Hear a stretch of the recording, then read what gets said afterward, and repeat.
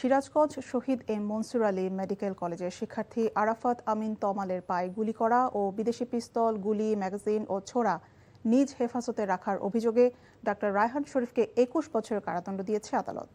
দুপুরে সিরাজগঞ্জে বিশেষ ট্রাইব্যুনাল ১-এর বিচারক এবং জেলা ও দায়রা জজ ইকবাল হোসেন এই রায় দেন। ডাক্তার রায়হান শরীফ শহীদ এম মনসুর আলী মেডিকেল কলেজের কমিউনিটি মেডিসিন বিভাগের প্রভাষক হিসেবে কর্মরত ছিলেন। তিনি মেডিকেল কলেজে কর্মরত থেকে পেশাগত দায়িত্বের বাইরে গিয়ে বেআইনিভাবে দুটি বিদেশি পিস্তল, গুলি, ম্যাগাজিন ও দেশীয় অস্ত্র বহন করতেন।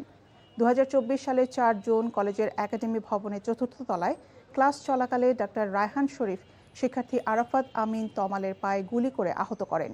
এদিকে ফরিদপুরে যৌতুকের দাবিতে স্ত্রী স্মৃতি আক্তারকে হত্যার দায়ে স্বামী শাহিন মীরকে যাবজ্জীবন কারাদণ্ড দিয়েছে আদালত।